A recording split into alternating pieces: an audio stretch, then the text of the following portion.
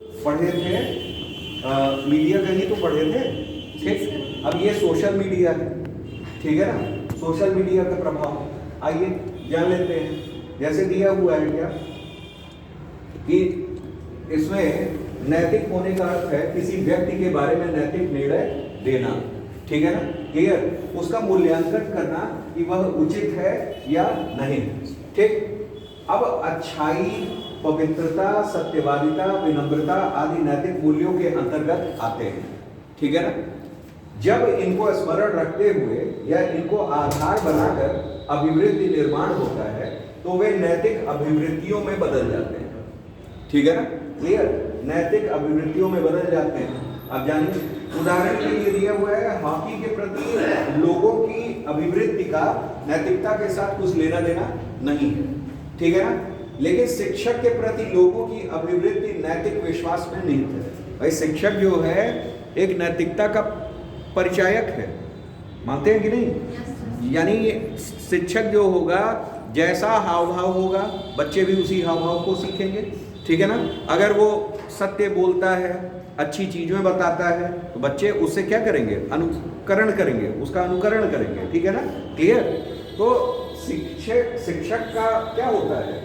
एक नैतिक अभिवृत्ति होती है जिसमें बच्चों का क्या है? विश्वास है, ठीक, क्लियर। लेकिन हॉकी के प्रति आप नहीं कह सकते हो, हॉकी के प्रति लगाव कह सकते हो, ठीक है ना, उसमें रुचि कह सकते हो, और वो हम लोग पढ़ेंगे। अभी कुछ दिया जाए, अभी इसके बाद वाला जो चैप्टर है वो क्या है? अभिरुचि है। क्या है? अभिरुचि। अभिरुचि का मतलब एप्टीट्यूड। एप्टीट्यूड किसको डिफाइन करता है? स्किल्स को डिफाइन करता है। एप्टीट्यूड जो है, अभिरुचि जो है, वो किसको डिफाइन करेगा? स्किल। स्किल यानी कौशल विकास, ठीक। वो अगर देखा जाए दोनों उदाहरण में हॉकी के प्रति लोगों की अभिवृत्ति नहीं होती है, अभिरुचि होती है। क्या होगी? अभिरुचि होगी, यानी एप्टीट्यूड होगी, ठीक। लेकिन शिक्षक के प्रति क्या है? एक एटीट्यूड है, अभिवृत्ति, ठीक है ना। ये चीज है। आगे आइए, शिक्षा, परिवार, समाज, धर्म, जाति, रोल मॉडल आदि नैतिक प्रतिबद्धता के निर्माण में बहुत भूमिका निभाते हैं, ठीक। टीवी, समाचार पत्र, मास मीडिया, सोशल मीडिया भी नैतिक अभिवृत्तियों पे प्रभाव डालती है। नैतिक अभिवृत्तियों पर सोशल मीडिया का प्रभाव क्या है जानिए।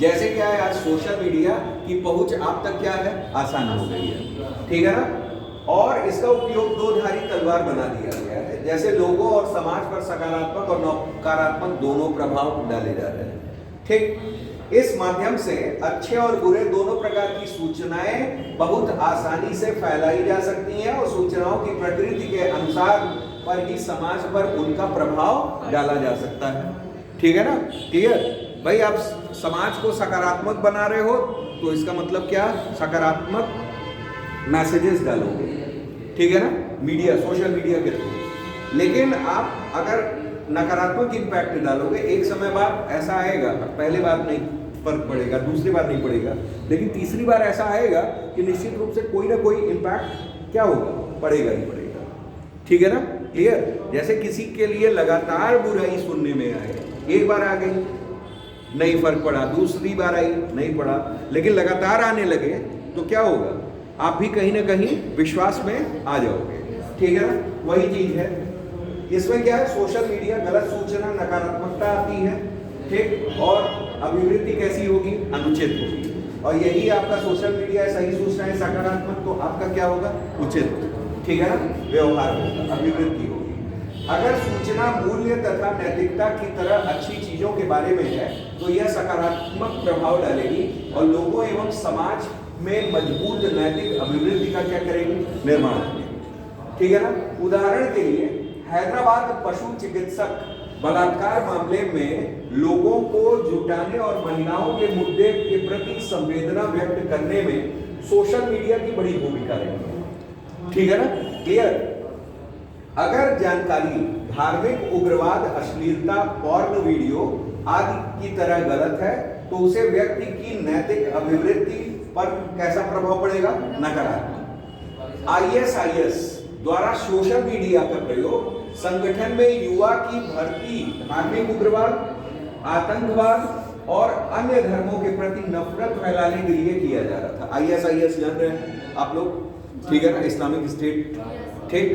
तो ये चीज ये क्या कर रहे थे, जो युवा थे उनको जिहादी बना रहे थे। क्या बना रहे थे? जिहादी बना रहे थे। अन्य धर्मों के प्रति क्या कर रहे थे? उकसा रहे थे, ठीक है ना।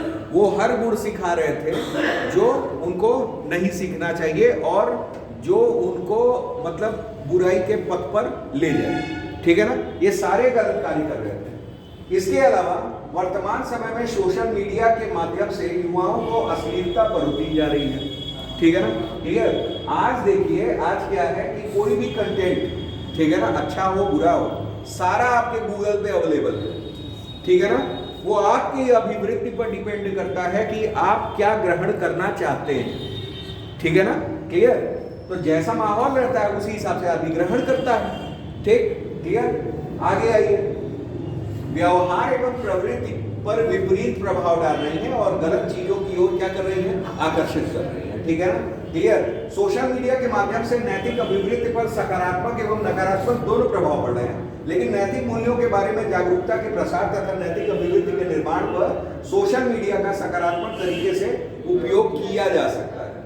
और ये सारा उपयोग कैसे है? मतलब आपकी अभिवृत्ति पर।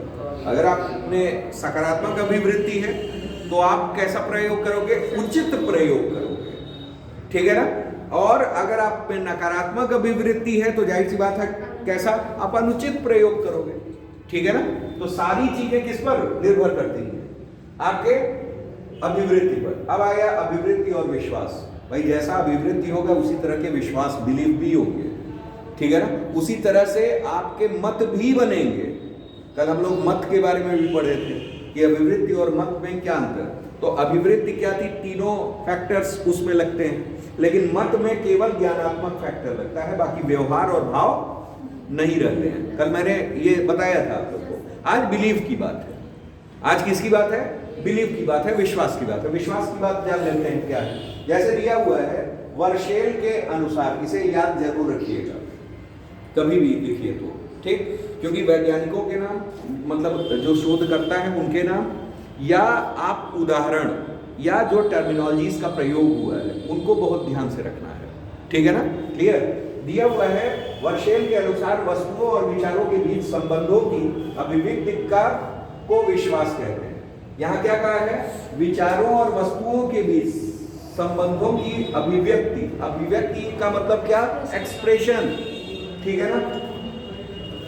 तो वही अभिवृत्ति किसी वस्तु, व्यक्ति, घटना आदि के संबंध में व्यक्ति का सकारात्मक और नकारात्मक क्या है? अप्रोच है, दृष्टिकोण है, ठीक है ना। एक्सप्रेशन क्या है? वो उनका, भाई वो उनका क्या है? विश्वास है। जैसा विश्वास रहेगा वैसा ही वो एक्सप्रेस करेंगे, ठीक है ना। अभिव्यक्ति करेंगे, अभिव्यक्त करेंगे, ठीक है ना। लेकिन जैसा उनका दृष्टिकोण होगा उस हिसाब से वो क्या करेंगे? वो उनका ये बनेगा, अभिवृत्ति बनेगी। समझ में आया मतलब क्या है?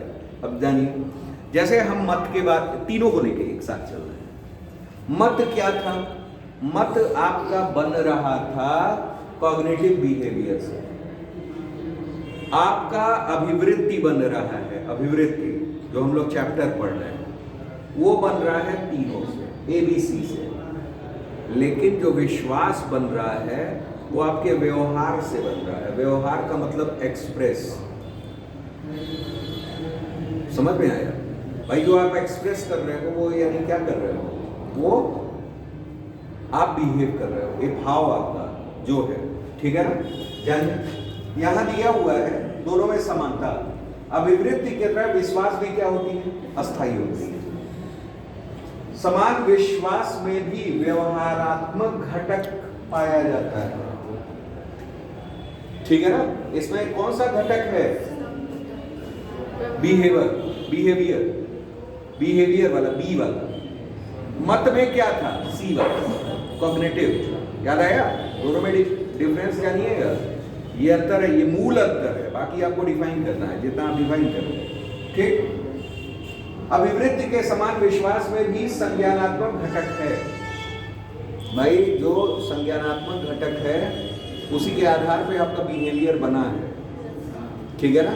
क्लियर? ये चीज। अब ये देख लीजिए क्या है, मतलब विश्वास होगा तभी आपकी अभिवृत्ति, मतलब जो आपकी अभिवृत्ति है उसी से विश्वास बना है, ना कि आपके विश्वास से अभिवृत्ति का निर्माण हुआ है। डायग्राम पढ़े हैं ना?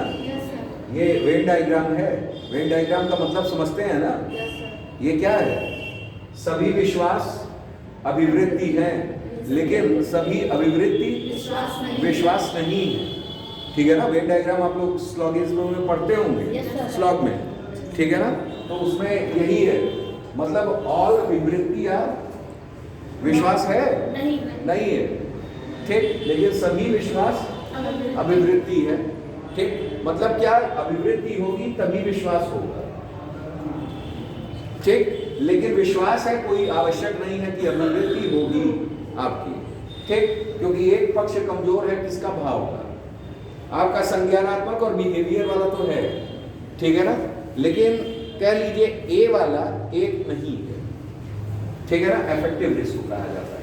अब आइए दोनों में अंतर। अभिवृत्ति में संज्ञानात्मक व्यवहारात्मक घटक के साथ भावात्मक घटक भी उपलब्ध रहता है, जबकि विश्वास में यह भावात्मक वाला नहीं है। मत में क्या था? मत में बी और सी दोनों नहीं थे, और इसमें क्या है? ए नहीं, ठीक है ना? ऐसे करके याद करिए, ठीक, तो वो हमेशा याद रहेगा। आगे आइए। विश्व है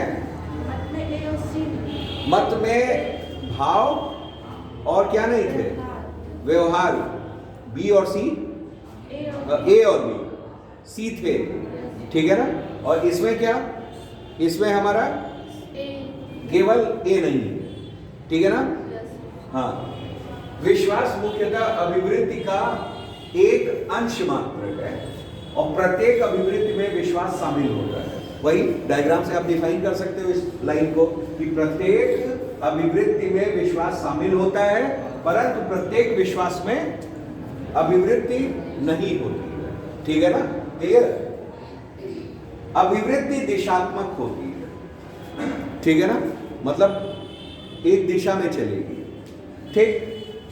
यह प्रायः सकारात्मक है तो सकारात्मक रहेगी, नकारात्मक है तो नकारात्मक रहेगी, लेकिन विश्वास में यह गुण नहीं होता है, ठीक। विश्वास की अपेक्षा अभिवृत्ति व्यवहार में व्यवहारात्मक पक्ष जो है अधिक सबल होता है, ठीक है ना? आपका एटीट्यूड बन गया अगर, तो वो ज्यादा प्रबल माना जाएगा, किससे? विश्वास से, ठीक। क्लियर? विश्वास में भाव पक्ष की अनुपस्थिति के कारण व्यवहार का या कार्य करने की तीव्रता की बाध्यता नहीं होती, ठीक है ना? भाव आए ही ना, जैसे आप आस्था, आपका भगवान के प्रति क्या है? विश्वास है, ठीक है ना? विश्वास है। अब विश्वास है तो आप क्या कर रहे हो? भजन कर रहे हो, व्यवहार में ला रहे हो। लेकिन यहां क्या एक चीज बताइए, जितने आस्तिक हैं, ठीक, सब क्या पूजा करते हैं? बिल्कुल करते हैं, सभी आस्तिक कर रहे हैं, सभी आस्तिक जो हैं पूजा करते हैं ना, पूजा करेंगे, वो उनका व्यवहार है। लेकिन क्या सभी में वो भाव होता है? भाव है? नहीं है, ठीक। भाव का मतलब क्या? कि हर चीज को मानना, वो भाव आया। मतलब जितने संस्कार हैं उन सभी संस्कारों को निभाना, ये भाव है। अगर आप किसी संस्कृति को मान रहे हैं तो बस उस संस्कृति में आप हैं, वो अलग बात है, वो आपका व्यवहार है। संस्कृति के अनुरूप क्या कर रहे हैं? दाह संस्कार कर रहे हैं, ये चीज कर रहे हैं, वो चीज कर रहे हैं। लेकिन जब तक भाव नहीं आएगा तो पता चला जनेऊ संस्कार आपका हो गया, आप जनेऊ धारण किए नहीं, ऐसा माना जाता है। संस्कृतियों में अलग अलग चीजें होती हैं, ठीक। अन्य कोई चीज है, ठीक, आपका मंदिर में गए हो, आरती चल रही है, कई लोग ऐसे होते हैं कि भाव होता है आरती में कुछ भी वो कर जाए विघ्न नहीं आने पाएगा। कई लोग आरती में हाँ हाँ ठीक है, हाँ हाँ जय हो जय हो जय हो रहा है, वो भाव आ रहा है नहीं आ रहा है। भगवान में विश्वास है, ऐसा नहीं है कि विश्वास में कमी आ गई, लेकिन अभिवृत्ति आपकी वैसी नहीं है, अलग है, ठीक है ना। क्यों? क्योंकि उसमें भाव है, ठीक है ना। यहाँ थोड़ा अंतर है, इस चीज को समझना है। आगे तो भाव पक्ष की प्रधानता के कारण व्यवहार करने की तीव्रता की बाध्यता होती है, ठीक। आइए देखिए, यही है चीजें।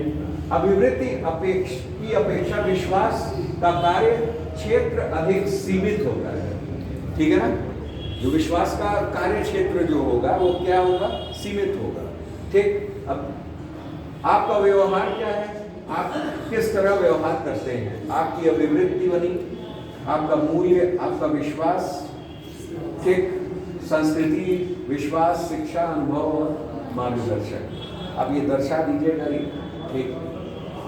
अभिवृत्ति की अपेक्षा विश्वास में अंधविश्वास भी संभावना अधिक होती है, ठीक है ना। अंधविश्वास का मतलब समझ रहे हैं ना, अनुकरण से हमें ज्ञान प्राप्त हुआ कि ये करना ठीक है, ठीक, आप उसी तरह से व्यवहार करना शुरू कर दिया, तो ये आपका क्या हुआ? बिलीव हुआ। ये आपका क्या हुआ? बिलीव हुआ। क्यों? क्योंकि उसमें भाव नहीं है, ठीक है ना। लेकिन आपको ज्ञान अच्छे से प्राप्त है, आपका एक भाव उसके लिए तैयार हुआ, तब आप व्यवहार में ला रहे हो, तो ये आपका एटीट्यूड बनेगा। तो आपका ये क्या होगा? मतलब इसमें दो फैक्टर्स अगर रहेंगे तो विश्वास बन रहा है, ठीक है ना, क्लियर। और अगर तीनों फैक्टर हैं तो आपका क्या बन रहा है? एटीट्यूड बन रहा है। यही है मेन फैक्टर्स का ही अंतर है, कारक का, कंपोनेंट्स का, ठीक है ना। विश्वास की तुलना में अभिवृत्ति में परिवर्तन की संभावना अधिक होती है, ठीक है ना। अभिवृत्ति में परिवर्तन होता है। अभिवृत्ति में संज्ञानात्मक और भावात्मक संगठनों के बीच सहमति हो जाने की संभावना अधिक होती है। यही सी बात है, जैसा ज्ञान वैसा भाव, ठीक। लेकिन विश्वास में तो भाव ही नहीं है, केवल ज्ञान आधारित है। आपको पता चल गया कि ऐसा है कि उस कोचिंग में हम पढ़ेंगे तो हम निकल जाएंगे, आपको ज्ञान हुआ, आप वहां चले गए, बिहेवियर में। भाव बीच में क्या हो गया? गए, ठीक है ना, क्लियर। लेकिन भाव अगर किसी के लिए है, किसी चीज के लिए, मतलब ये यहाँ क्या होता है, इस जगहों पे आप खुद देखो, इस कोचिंग के लिए मेरा विश्वास है, आप कहोगे, ये थोड़ी ना कहोगे इस कोचिंग के लिए मेरा एटीट्यूड है, ठीक है ना। वो वर्ड से ही कन्फर्म हो जा रहा है, ठीक। तो वही चीज समझनी है। आगे आएगा मूल्य, अब आ जाइए भाई। हाँ, एक लाइन में डाउट था मेरा, हाँ, जो डायग्राम था ये नहीं, इससे पहले वाला कौन? ऊपर सर और नीचे, और थोड़ा सा ये नहीं सर, और नीचे, इसके नीचे वाला, हाँ, और सर नीचे, और नीचे कौन? बस हाँ, हाँ, सर एक थोड़ा सा नीचे,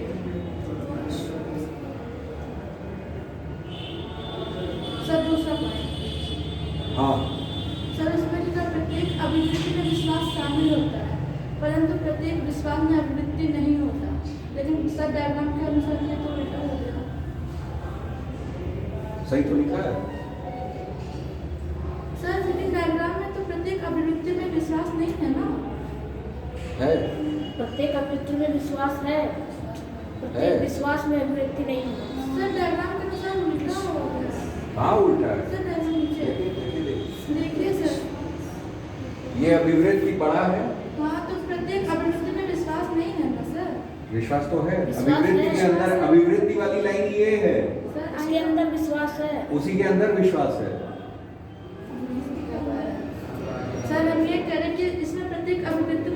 विश्वास नहीं है ना, लेकिन अविश्वास प्रत्येक विश्वास में अभिवृत्ति है। उल्टा बोल रही है, डायग्राम के लिए आप उल्टे हैं। आप समझ लो, पहले आप डायग्राम नहीं समझे। मतलब इसका मतलब समझती हो क्या? ये बड़ी लाइन है, ठीक, मतलब इसके अंदर ये, ठीक। तो एक चीज बताओ, ये घर है, मान लो ये घर है और ये आप, तो घर के अंदर आप हो, तो घर में आप हो, तो अभिवृत्ति में विश्वास है। तो वही तो कह रहा है कि अभिवृत्ति में विश्वास है, लेकिन विश्वास में अभिवृत्ति नहीं। देखो, ठीक हो जाता है, कभी कभी हमसे भी कंफ्यूजन हो जाता है। एक बार घर पे जाके ठंडे दिमाग से, शांत से हो जाएगा भाई, ठीक है ना? हाँ, थोड़ा भटक रही होगी आप, और कुछ नहीं है, ठीक है ना? सही है, ठीक। होता है हमसे भी कभी कभी अचानक से, ठीक। हाँ, चलिए अब ये देखिए यहाँ, इसका मतलब क्या हुआ? सभी मूल्य अभिवृत्ति नहीं है, सॉरी, सभी मूल्य अभिवृत्ति हैं, लेकिन सभी अभिवृत्तियां मूल्य नहीं है।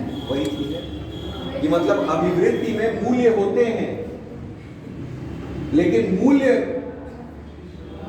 अभिवृत्ति डिफाइन नहीं कर सकते। जैसे हमने बताया था ना, क्या कि मूल्य कैसे बन रहे हैं? आदर्शों से बन रहे हैं। मूल्य किससे बन रहे हैं? आदर्शों से बन रहे हैं। मूल्य आदर्श से बने, जैसे हमारे, और आदर्श भी क्या है? जगह जगह बदलते रहते हैं, ठीक है ना?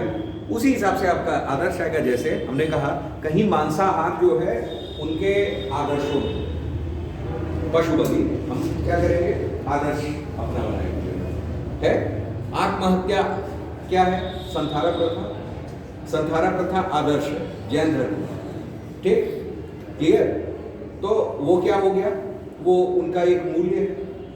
हमारे यहाँ क्या है? पशु बलि, भाई देवी को बलि चढ़ाई जाती है, चढ़ाई जाती है कि नहीं? कई जगह चढ़ाते हैं लोग, ठीक है ना?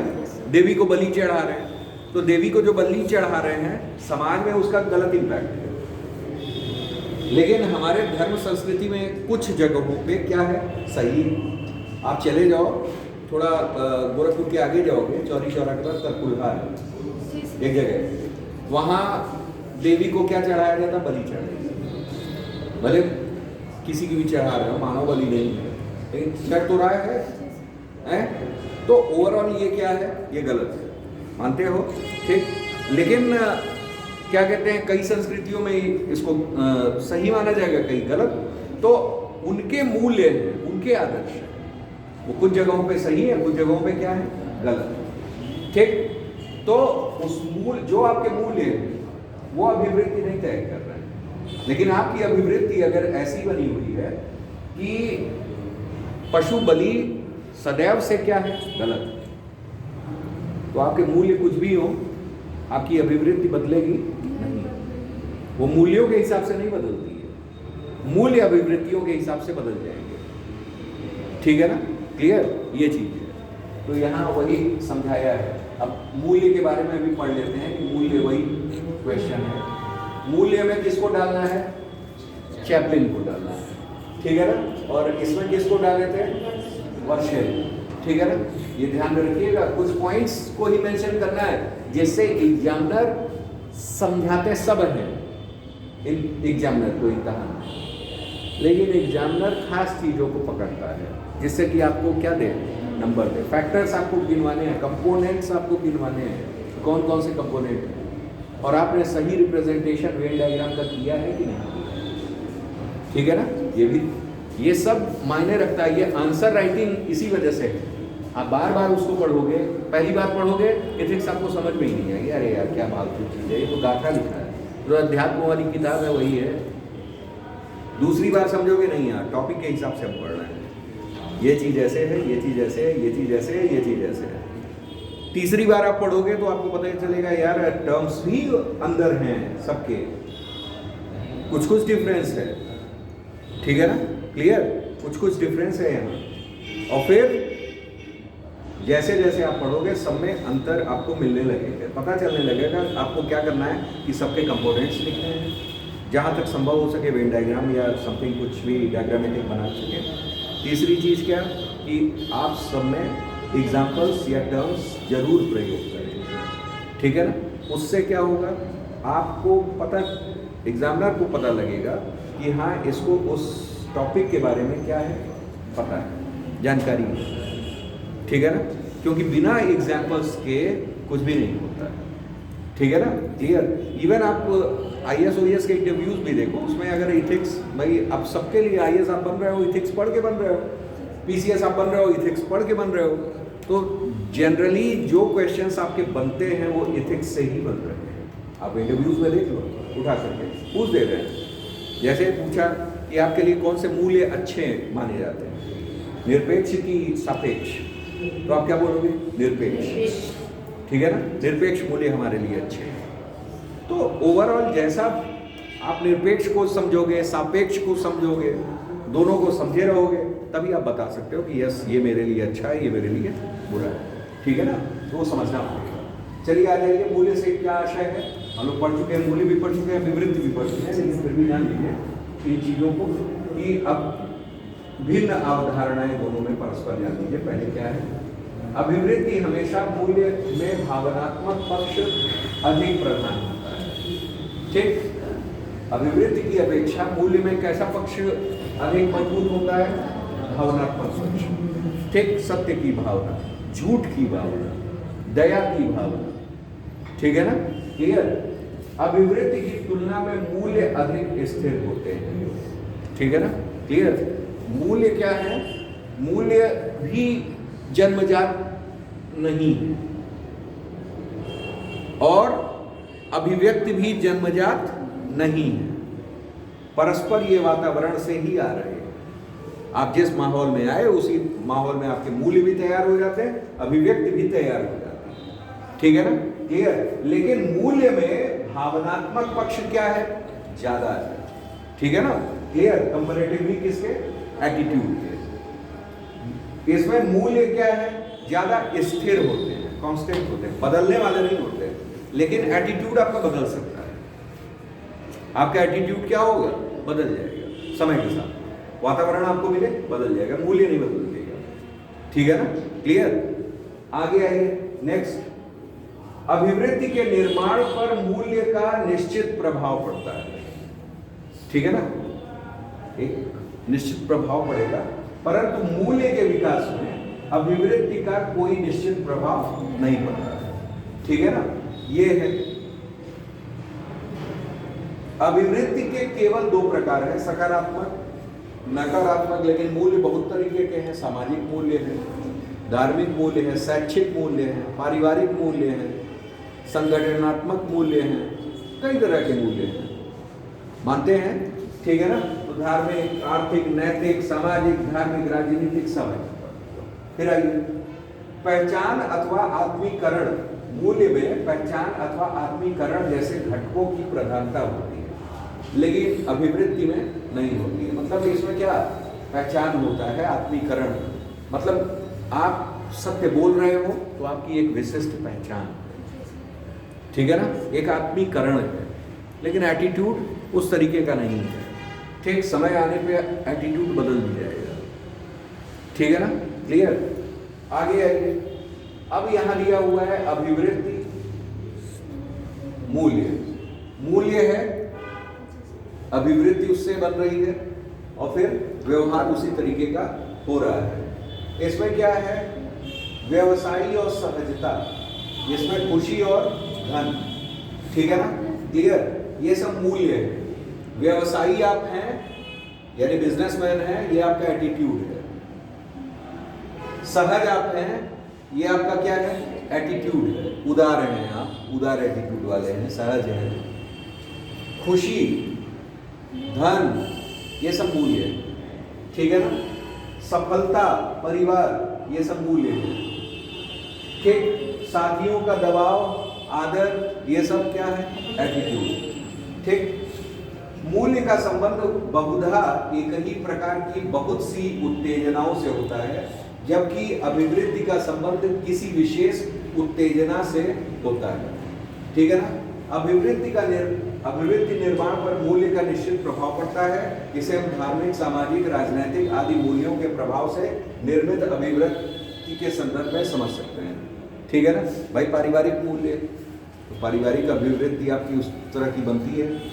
अभिवृत्ति के कारकों में आपने देखा होगा परिवार, तो परिवार में जैसे मूल्य होंगे उसी कारण से आपकी अभिवृत्ति तैयार हो जाएगी, है कि नहीं? ठीक, तो उन्हीं सब चीजों से ये तैयार होती है।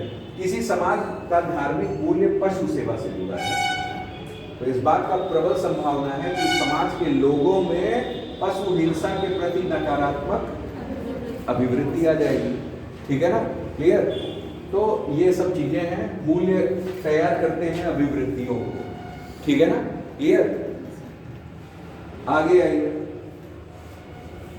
क्या कहा है? अभिवृत्ति के कार्यों के आधार पर स्पष्ट कीजिए, यह किसी व्यक्ति व प्रशासक के लिए क्यों आवश्यक है। बहुत बार अभिवृत्ति हो चुकी भाई, अब इनका जान लीजिए किन किन कार्यों में। एक साधन के रूप में, ठीक है ना, उपयोगितावादी कार्य, मतलब सबके कल्याण। उपयोगितावादी जहां आए वो क्या क्या, सबका कल्याण हो गया, मतलब एक से ज्यादा लोगों का कल्याण। ठीक, ये हो गया।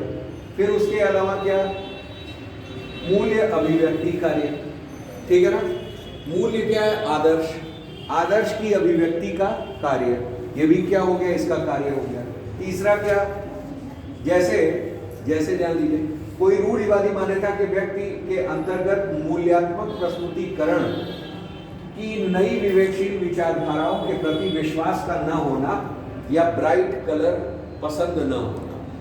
ठीक है ना, क्लियर? मतलब उसका मूल्य कुछ अलग ही है। ठीक, मतलब यहाँ ये कहा है कि जो उसकी मान्यता है वही रह जाएगी। ठीक, अब यहाँ क्या है, सूचना कार्य यानी नॉलेज फंक्शन। ठीक है ना भाई, उसके लिए भी हमारा क्या एटीट्यूड होता है। ठीक है ना, तो ये सब आप एक बार देखिएगा। अब है मनोवृत्ति, क्या समझते हैं? ठीक, मनोवृत्ति भी आप लोग जान रहे हैं।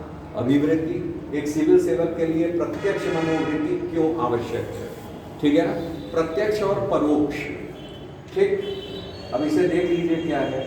जैसे मान लीजिए यहाँ दिया हुआ है मनोवृत्ति किसी की मानसिक, ये परिभाषा आप लोग पूरी तरह से जान चुके हैं। अब यहाँ इसको समझिए कि मनोवृत्ति का प्रभाव दिशा सूचक रूप में पड़ता है। मनोवृत्ति व्यक्ति की शक्ति को एक खास दिशा में लगा देती है, जिसके कारण ये अन्य दिशाओं को छोड़कर एक निश्चित दिशा में क्या करने लगता है, व्यवहार। आपको अगर पसंद है कि भाई आपकी मनोवृत्ति इस तरह से बन गई है कि पशु हिंसा क्या है, अपराध है, ठीक है ना, तो आप उसी दिशा में चलोगे।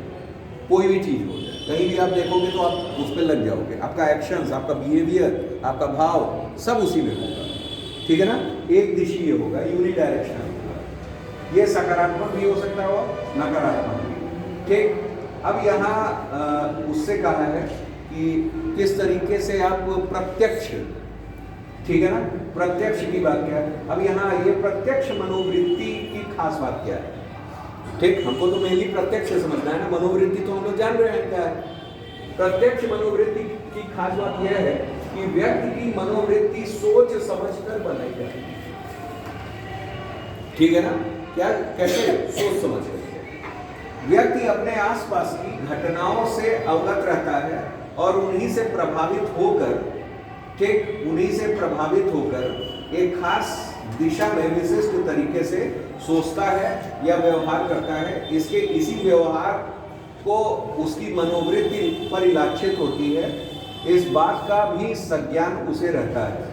मनोवृत्ति के निर्माण में प्रेरक शक्ति महत्वपूर्ण भूमिका निभाती है। हाल ही में कुछ घटनाओं का संज्ञान और उससे प्रेरित होकर के ही व्यक्ति का व्यवहार निर्देशित होता है। इसीलिए कभी कभी स्व अर्जित मनोवृत्ति भी कहा जाता है। इन लक्षणों को ध्यान में रखकर यह कहा जा सकता है एक सिविल सेवक के लिए प्रत्यक्ष मनोवृत्ति अति लक्ष्य है। जैसे आप सिविल सेवा में गए, आपको क्या किया जाता है, आपको हर नैतिक कार्य आते हैं। ठीक है ना, आप ऐसी मनोवृत्ति से आते हैं, इसी वजह से आपने सिविल सेवा पास भी की।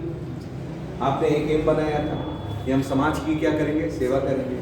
आपने उन चीज़ों को चुना, ये वो किया, लेकिन होता क्या है कि जब आप ट्रेनिंग में गए तो आपको एक विशेष कार्य के लिए क्या किया जाता है, परिलक्षित किया जाता है, ठीक है ना, एक लक्ष्य थोपे जाते हैं, ठीक, उसका आपका एक एटीट्यूड तैयार होता है। जैसे आप मान लीजिए आप सिविल सेवक हुए, प्रशासक एक बने, एडमिनिस्ट्रेटर बने, ठीक है ना, एडमिनिस्ट्रेटर में कुछ भी हो सकते हो, उच्च पद मिल सकता है आपको, ठीक है ना, डीएम आप बन सकते हो आगे, ठीक। उसमें क्या होता है कि उसमें क्या कि जनता की सेवा को करना है, लेकिन आपको जनता के साथ इतना खुल करके बिहेवियर नहीं करना है जितना कि होना चाहिए। मतलब आप एज यूजुअल कोई अगर समाज में रह रहा है, आप दोनों लोग क्या कर सकते हो, संवाद कर सकते हो, ठीक है ना, लेकिन आप अगर चाहो डीएम से करना संवाद, क्या हो सकता है, आसानी से नहीं हो सकता, ठीक है ना, जरूरत पड़ने पर ही वो चीज़ें हो सकती हैं। एक उसकी अपनी क्या है, डिग्निटी, तो उस गरिमा को बनाए रखना है, तो उसका भी एक एटीट्यूड हो जाता है, वो भी पॉजिटिव, वो सारी चीज़ें पॉजिटिव हैं, लेकिन उस दायरे में रहते हैं। तो ये क्या आ जाता है, ये प्रत्यक्ष आ जाता है, उससे परिलक्षित किया जाता है, मतलब उसको उस तरीके से क्या किया जाता है, ढाला जाता है, ठीक है ना। सकारात्मक है भाई, अभिवृत्ति या तो सकारात्मक है या नकारात्मक है, लेकिन उस पर भी एक आपको टारगेट दे करके किया जाए कि आपको यही करना है, इसी एटीट्यूड को बनाए रखना है, तो वो क्या हो गया, वो प्रत्यक्ष किया गया है। जैसे नकारात्मक में भी आ जाए, नकारात्मक में भी आ जाए कि ऐसा है कि नकारात्मक प्रवृत्ति मान लीजिए जेहादी है, आईएस है, आईएस ने युवाओं को क्या किया, तैयार किया, कई तरह के युवाओं को क्या किया, तैयार किया। और जब उन्होंने कई तरह के युवाओं को तैयार किया तो उसमें एक लक्ष्य किया कि भैया या तो विनाश करना है या तो खुद का विनाश कर लेना है। आत्मघाती हमला इसी वजह से होता है कि नहीं। तो उसने डायरेक्ट कर दिया है किसी भी चीज को कि आप के अंदर ये एटीट्यूड नकारात्मक है, लेकिन आपको एक परिलक्षित किया जा रहा है कि आप इसी संदर्भ में ये कार्य करोगे, ठीक है ना। तो वही चीज आईएएस का भी हो जाता है। कोई भी आईएएस है उसमें एटीट्यूड तो है, निश्चित रूप से एटीट्यूड है, लेकिन एक विशेष प्रयोजन के लिए एक एटीट्यूड तैयार किया जाता है, तो ये प्रत्यक्ष हो गया, ये प्रत्यक्ष किया गया, ठीक है ना, ये चीज है। अब आइए मनोवृत्ति और अभिरुचि। ये है एटीट्यूड, ये है एप्टीट्यूड, ये एटीट्यूड, ये एप्टीट्यूड, समझ में आया। अभिरुचि यानी एप्टीट्यूड। एटीट्यूड आपके ABC तीनों से मिलकर के बने हैं। एप्टीट्यूड आपकी रुचि विशेष जहां होती है, ये आपके कौशल को दर्शाता है। किसको दर्शाता है, कौशल को दर्शाता है, जो आप सीख रहे हो, ठीक है ना, सीखने की ललक, ये आपकी अभिरुचि है, ठीक है ना। जैसे अगर किसी आपका एटीट्यूड है, एटीट्यूड क्या है कि यार मेरा पढ़ाई में मन नहीं लगता, तो आपकी एप्टीट्यूड क्या वो हो पाएगी, ठीक नहीं है। अलग अलग चीजें वो होती हैं, उसमें ध्यान में रखिएगा। अभिरुचि, जिसमें रुचि हो, ठीक, तो वो अभी उदाहरण से आप समझोगे। अभिवृत्ति और अभिरुचि दोनों किसी भी व्यक्ति की सफलता के लिए आवश्यक है, ये ध्यान रखिए। कभी कभी ये ध्यान में रखिएगा कि सिविल, जैसे ये तो आपको यूपीपीएससी में डायरेक्ट क्वेश्चंस पूछे जाते हैं, अभिरुचि से क्या समझते हैं, अभिव्यक्ति से क्या समझते हैं, ठीक है ना, परसुएशन से आप क्या समझते हैं, करुणा से क्या समझते हैं, दया से क्या समझते हैं, शक्ति से क्या समझते हैं, ठीक है ना। दुनिया भर के क्वेश्चंस पूछेंगे और उसके उदाहरण सहित उसको आपको व्याख्या करना पड़ेगा।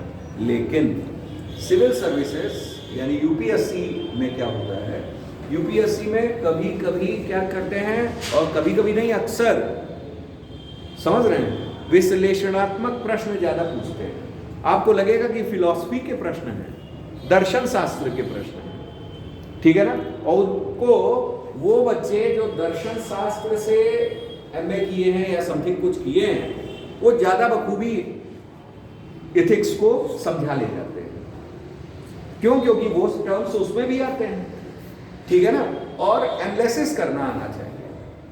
पूछेगा ये कि इसी तरीके से कि किसी भी सफल व्यक्ति के लिए अभिरुचि और अभिव्यक्ति का होना आवश्यक है।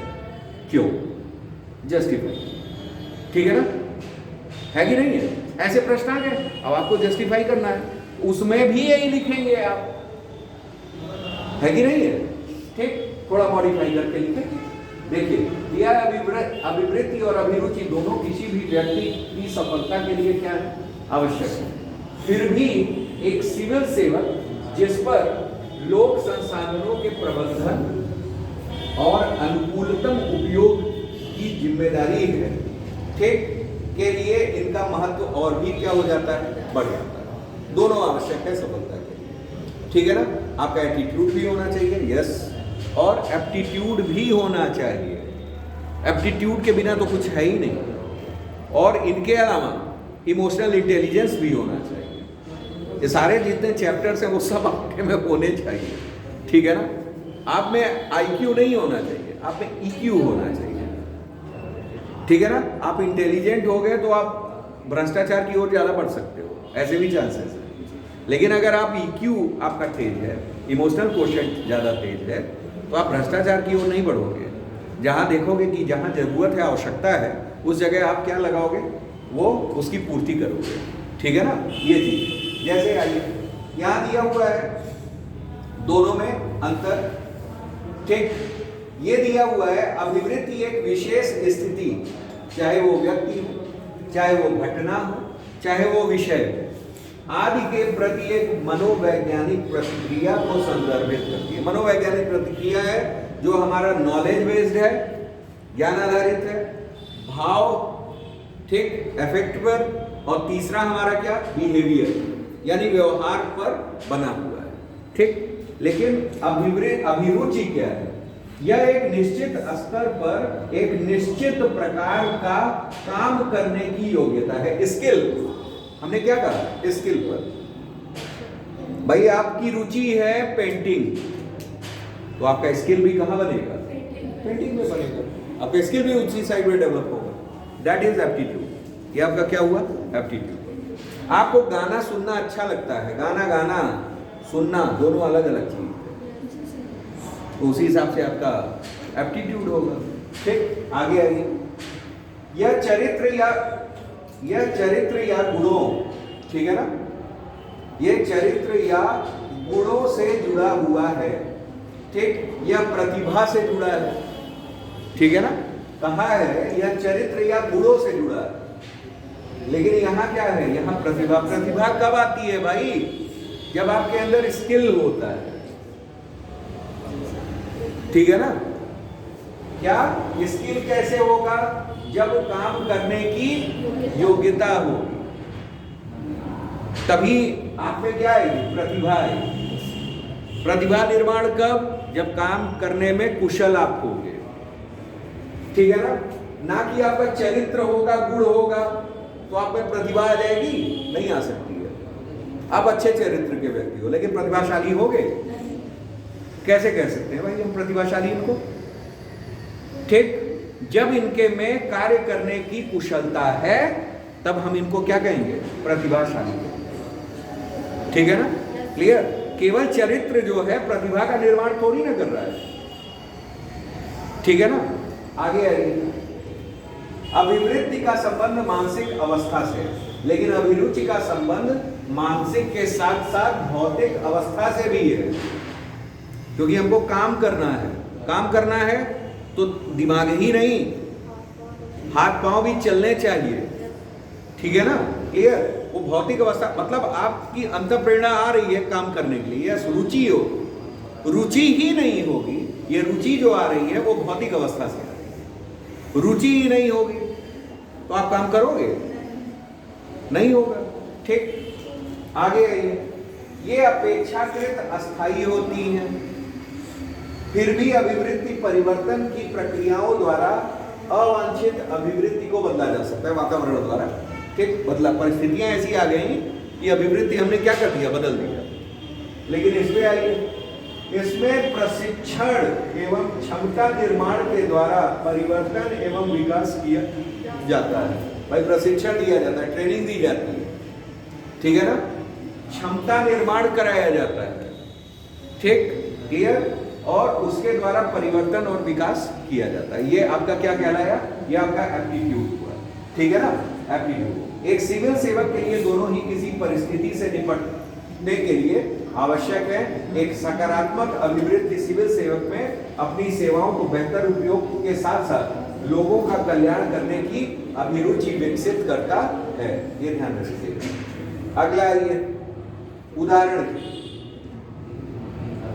हाल ही में एक IAS अधिकारी ने केरल बाढ़ के दौरान, ठीक है ना, केरल में बाढ़ आई, उसके दौरान स्वैच्छिक रूप से राहत सामग्री जुटाने का कार्य किया।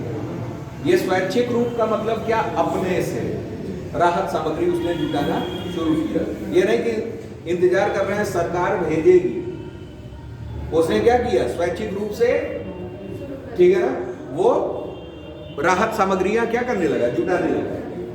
यहां इस अधिकारी में लोगों तक पहुंचने और उनकी मदद करने की क्या लिखी, अभिवृत्ति। ये उसका एटीट्यूड, कि उसने सरकार का इंतजार नहीं किया कि सरकार भेजे, भत्ता भेजे, वो भेजे, राहत सामग्री भेजे, तब तो हम लोगों को बांटना शुरू करेंगे, ऐसे कुछ नहीं। उसकी अभिवृत्ति थी, कैसी अभिवृत्ति थी, हेल्पिंग एटीट्यूड। एटीट्यूड कैसा था, हेल्पिंग, ठीक है ना, सहायता का। तो उसने क्या किया, स्व प्रेरणा से करना शुरू कर दिया। अब आगे आइए, दूसरा उदाहरण, केरल कैडर का एक अन्य IAS अधिकारी द्वारा करुणा कोझिकोड, ये उसका नॉन क्या कहा जाता है, NGO, ठीक है ना, नॉन गवर्नमेंट ऑर्गेनाइजेशन, NGOs हैं ये, ठीक। IAS अधिकारी द्वारा करुणा कोझिकोड, फ्रीडम कैफे, तेरे मेरे बीच आदि जैसे, ये एक पहल है, मतलब इनिशिएटिव है, ठीक है ना, प्रशासन और नागरिकों के मध्य रिश्ता सुधारने के लिए शुरू की गई, ये सब इनिशिएटिव शुरू की गई, ठीक, क्लियर। इसके लिए सोशल मीडिया का अनुकूलतम उपयोग किया गया। अब एक आया, सोशल मीडिया का अनुकूलतम उपयोग किया, कैसे, करुणा कोझिकोड, दूसरा फ्रीडम कैफे और तेरे मेरे बीच। ये करती क्या थी इनिशिएटिव्स, इस वजह से बोला गया कि सोशल मीडिया के थ्रू हम क्या दिखाएं, लोगों की स्थिति दिखाएं और लोगों से जल्द उनके लिए राहत सामग्री भेजने, ठीक है ना, और सहायता भेजने का अनुरोध किया, ठीक है ना। वही है करुणा कोझिकोड और फ्रीडम कैफे और तेरे मेरे बीच।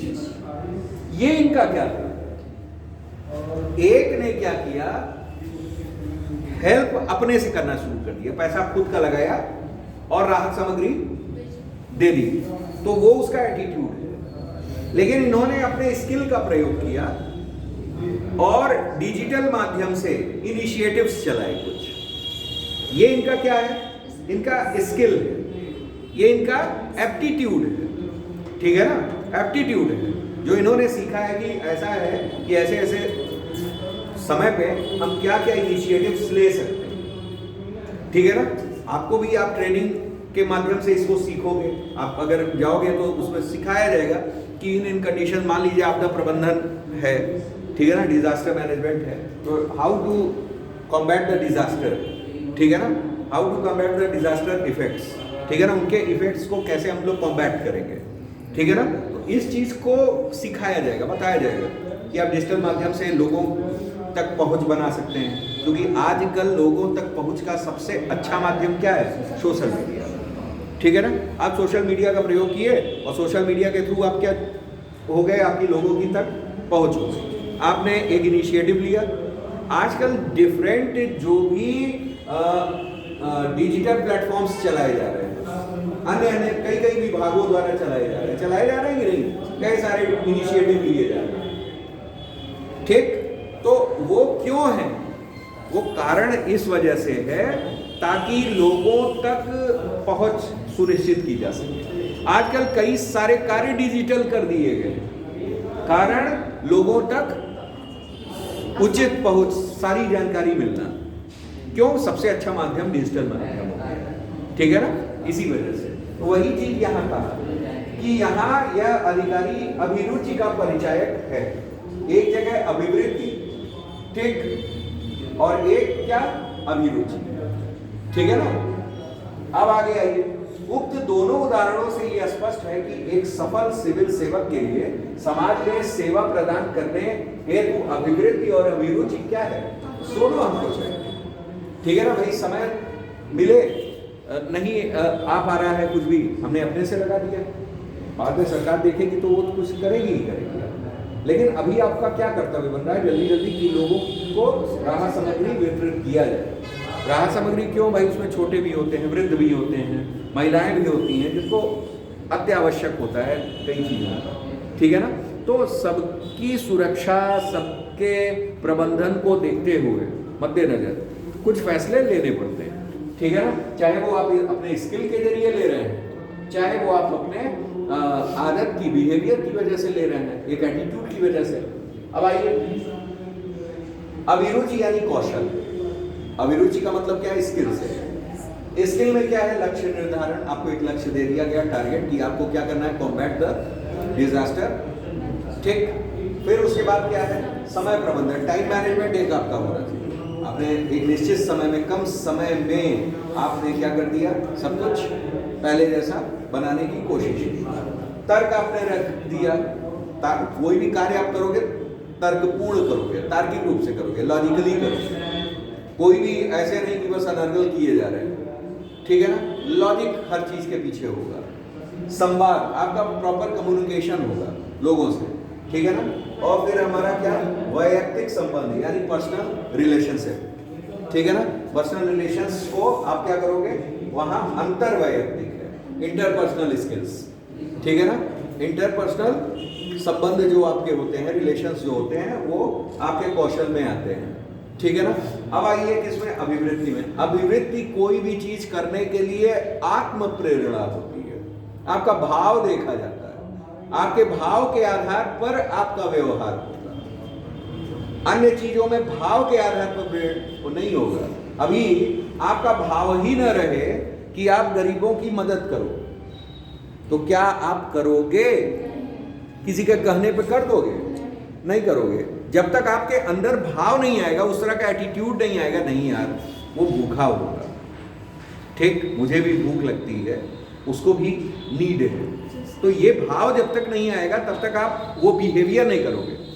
और आपने बिहेवियर ऐसा कर दिया तो ये आपका क्या है, एटीट्यूड, ये आपका एटीट्यूड कहता है, ठीक है ना, क्लियर। लेकिन अगर आपने ऐसे कहा कि यार वो गरीब है, उसकी मदद करनी चाहिए, भाव नहीं आया, आप फिर भी कर दिए, चलो, तो ये आपका बिलीफ था। यहाँ भाव अगर आया तो हो सकता है आप मतलब किसी को भी देख रहे हो तो तुरंत बिलीव में क्या होता है कि बिलीव में चंदा जुट रहा है गरीबों के लिए, तो आपने भी चंदा जुटा दिया। आपका भाव नहीं था उस जगह आपका भाव नहीं देखा जाएगा। आपको क्या देखा जाएगा कि लोगों को देखता, वो कर रहे हो तो हम भी कर रहे हैं, ठीक, उसमें आपका बिलीव हो गया कि हाँ यार चलो लोगों का कल्याण हो गया।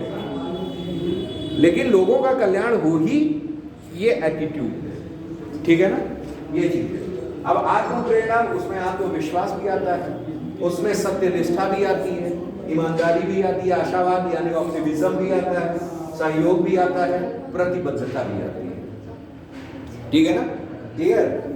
अब यानी यह दिया हुआ है, क्या आपकी अभिवृत्ति है, न कि आपकी अभिरुचि, जो आपकी ऊंचाई निर्धारित करता है। अब देखिए, अभी तक कहा था क्या कि ऐसा है, सफलता के लिए दोनों चाहिए।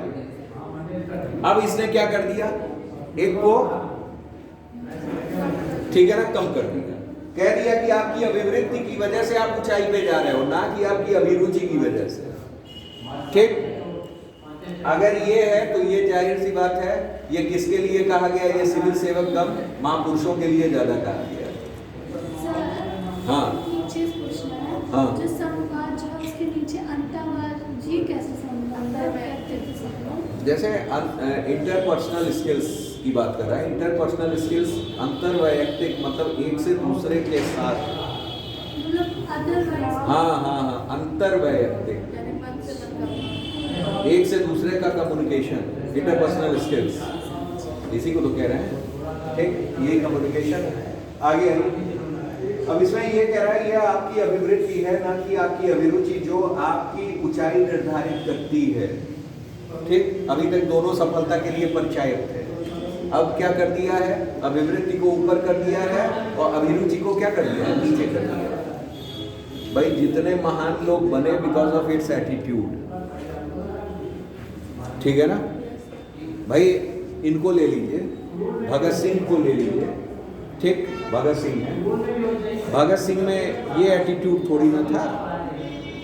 भगत सिंह में देश भावना थी, वो उनका एटीट्यूड, स्किल थोड़ी ना था, वो स्किल आ गई। ठीक है ना, तो वो चीज है। अब आइए देख लेते हैं, क्या आप इस कथन से सहमत हैं? उदाहरण सहित बताइए।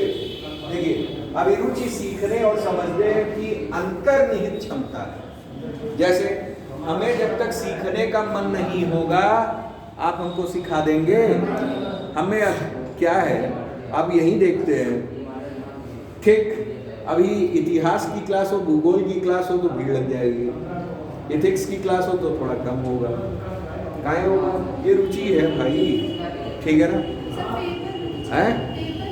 हाँ, पेपर में भी रुचि उसी तरीके से होती है।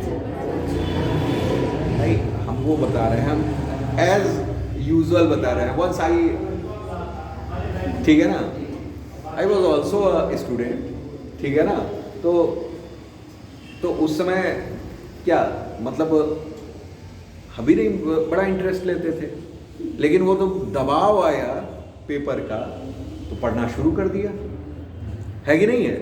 तो चीजें ये है कि इंटरेस्ट की बात होती है। अब अभिरुचि सीखने और समझने की अंतर्निहित क्षमता को संदर्भित करती है। ठीक है ना, क्लियर? जबकि मनोवृत्ति किसी व्यक्ति और घटना, विषय आदि के प्रति विचारों को क्या करता है? संदर्भित करता है। कोई घटना है, विषय है, संदर्भ है, उसके प्रति क्या कर रहा है? हाँ, विचार बना रहा है, संदर्भित कर रहा है। दोनों अवधारणाओं में मूल अंतर क्या है?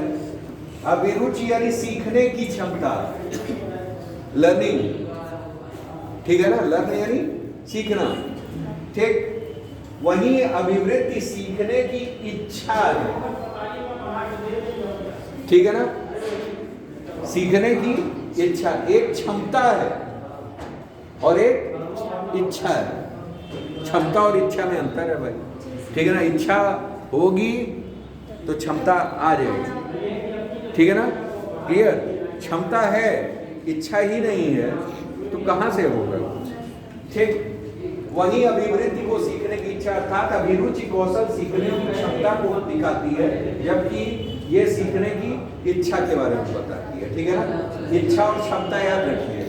ठीक है ना, अंतर में तो आप अंतर कर लोगे। आगे आइए। अभिवृत्ति व्यक्ति के चरित्र या गुणों से जुड़ी होती है। ठीक, अर्थात यह किसी व्यक्ति के व्यक्तित्व को प्रतिबिंबित करती है, जबकि अभिरुचि का संबंध किससे है? क्षमता से। ठीक है ना, क्लियर? अभिवृत्ति का संबंध मनोवैज्ञानिक से है, सकारात्मक, नकारात्मक, उदयशील तीनों हो सकता है। वहीं अभिरुचि कैसा होगा? मानसिक एवं भौतिक दोनों होगा। मन से भी और कर्म से भी, मतलब भौतिक दोनों होना चाहिए। ठीक है ना, क्लियर? इसी वजह से कहा गया क्षमता, क्षमता भौतिक रूप है। ठीक है ना, क्लियर? आगे आइए। किसी संगठन में अभिवृत्ति और अभिरुचि का महत्व। विशेषज्ञों के अनुसार सफलता में 99% भूमिका किसकी है? अभिवृत्ति, और 1% अभिरुचि। शोधों के मुताबिक उच्च कौशल युक्त व्यक्ति नियुक्त करना अत्यधिक महंगा पड़ सकता है यदि उसके पास सही अभिवृत्ति न हो। उच्च कौशल, ठीक है ना, क्लियर? जैसे रोबोट है, उसके पास उच्च कौशल है, लेकिन क्या रोबोट के पास भाव है? भाव जब तक होगा नहीं, अभिवृत्ति आ नहीं सकती है। ठीक, उसी में मूवी भी बनी थी, कौन सी, रोबोट, ऐसे ही था ना, ठीक, क्लियर। आगे आइए, किसी संस्था के लिए सही अभिवृत्ति वाले व्यक्ति उनकी तुलना में अत्यंत महत्वपूर्ण है जो अत्यधिक अभिरुचिपूर्ण है किंतु गलत अभिवृत्ति रखते हैं। ठीक, क्लियर।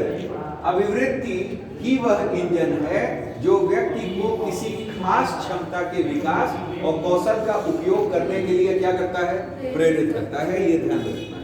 उदाहरण के लिए, एक ऐसा व्यक्ति जिसके पास संगीत के लिए एक अभिरुचि है, ठीक, लेकिन उसके हुनर को निखारने की इच्छा का क्या है, अभाव है, वह अच्छा संगीतकार नहीं बन सकता।